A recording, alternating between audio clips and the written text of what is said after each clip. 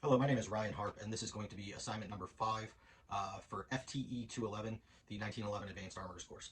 For this assignment, it's a 5-part assignment. The first thing we're going to do is perform a functions check on the 1911. We're going to do a dry functions check, a dummies functions check, and then we're going to discuss the operation of doing a live function check. Part number 2, we're going to assess the trigger on the 1911. For number 3, we're going to go over the barrel length for the 1911 government model.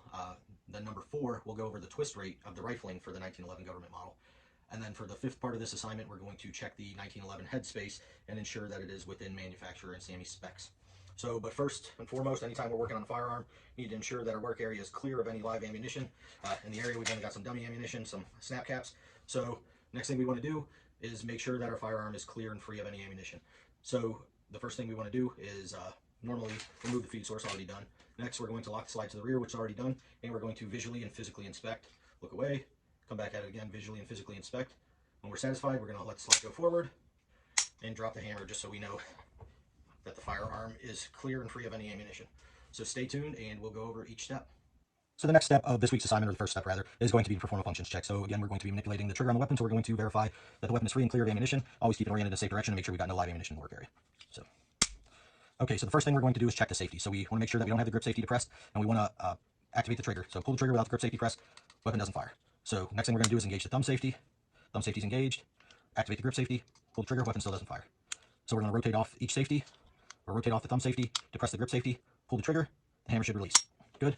Next thing we're going to do is verify that the sear is locking the hammer into place. So right now we've got the hammer locked into place by the sear. To verify it stays in place, we're going to release the trigger. You should hear the metallic click of the sear engaging. Good. All right, so we verified the safety of the firearm. We've also went through a single dry functions check. So the next thing we're going to do after running through a dry functions check is go through a functions check with snap caps. So again, no live ammunition in the workspace.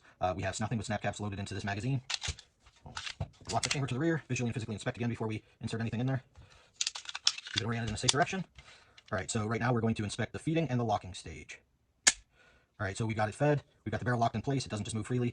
The weapon's also cocked. So next thing we're going to do, pull the trigger, fires. We've got to do this at full speed or else we'd end up causing malfunction. So next stages of the cycle are good. Listen for the metallic click. Good. Pull it again. Repeat. Good. Metallic click. Pull the trigger again. Cycle. Good. Metallic click. Pull the trigger again. Metallic click. Good. So pull the trigger again. So release trigger. And final step in the functions check is ensuring that our slide lock engages on an empty magazine. And I'm not sure how well you can see it on the video, but we've got the magazine, it's empty, forces the slide lock up to engage. So we ran the pistol through a live and a dummy functions check. Next thing we'll do, or I'm sorry, a dry and a dummy functions check. Next thing we'll do is we'll talk about a live fire functions check. So if you imagine,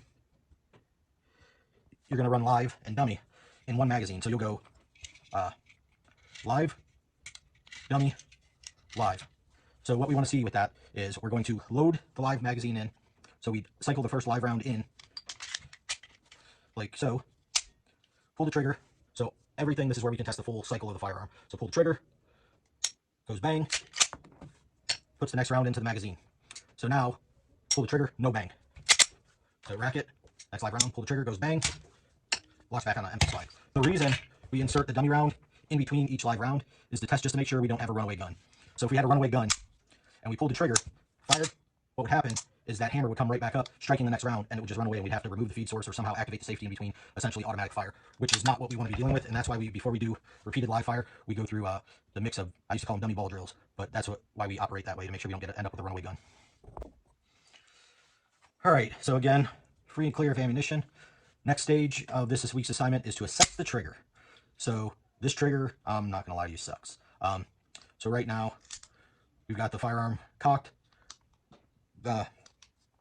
We're not going to pull the trigger, but when we see how much movement this has before we get there, and you can hear the grittiness in this trigger. So those tracks definitely need to be polished, everything like that. It's gritty, it skips as it's going through. It's not a smooth pull. And then as we activate this trigger, it comes to that hard wall. And I've tested it, and right now we're averaging about 4.2 pounds of pull to make that hammer fall. So in assessing the trigger of this firearm, it needs some solid work. All right, so the next step in this week's project is to measure the barrel length. So what we're going to do to measure barrel length, first again, we're verifying there's no ammunition in the weapon. Weapon's pointed in a safe direction. So what we're going to do to measure barrel length is we're going to take a cleaning rod with a nice rounded tip, and we're going to run it down the barrel until it reaches the breech. When it reaches the breech, we're going to mark the rod at that distance, and then we're going to bring it out And we're going to put it up against our measuring device, which for this we're going to use a ruler. So, and then using the ruler, don't know how well you can see that, getting a lot of glare. We're right at 5 inches, right before the line that we've marked. Okay, for the next part of this assignment, we're going to be measuring our twist rate. To do so, we've got a clean rod equipped with a piece of painter's tape, which is going to act as our flag. We're going to be watching for this flag to make a 90-degree turn, and we've got it equipped with the appropriate bore size nylon bristle bore brush. So what we're going to do is insert the brush into the barrel.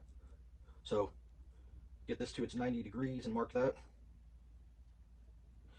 So now we're going to rotate until it completes another 90-degree turn, which is about there. We'll measure the distance. Multiply that by 4, and that difference, and that's right at about 4 inches right there.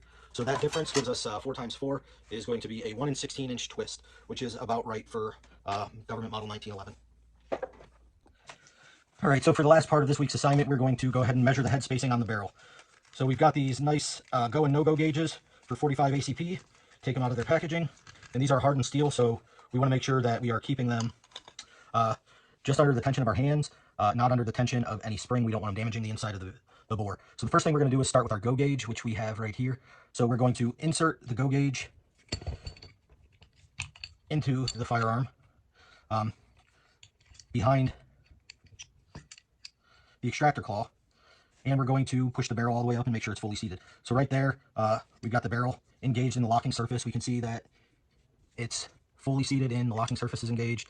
If we inspect this side, we can see that we've got the barrel butted up against the frame, the locking lugs are in place, and we can't just freely move the barrel out with the pressure underneath. We need to get the lift to separate from the locking lug. So on the go gauge, we're good. Next thing we're going to do is check the no-go gauge. So with the no-go gauge, it should be too long for the locking lugs to engage appropriately. And again, hardened steel, so we don't want to force it in there. So we've got the barrel pushed back as far as it can go, and even under pressure, I can see that it's not locking, so the locking surfaces aren't locking, they're not mating. If we look here, we can see we just can't get it back as far. Holding pressure on the bottom of the barrel as I was doing with the go gauge, I can't get that surface to lock, so it just slides right past, won't lock. So if we look at the underside of the barrel, we've got it pushed as far forward as we can. I'm not sure if you can see that, got to push as far forward as we can, and you've got that space in between the barrel and the slide, so just a lot of opening. So we have a barrel that is in spec.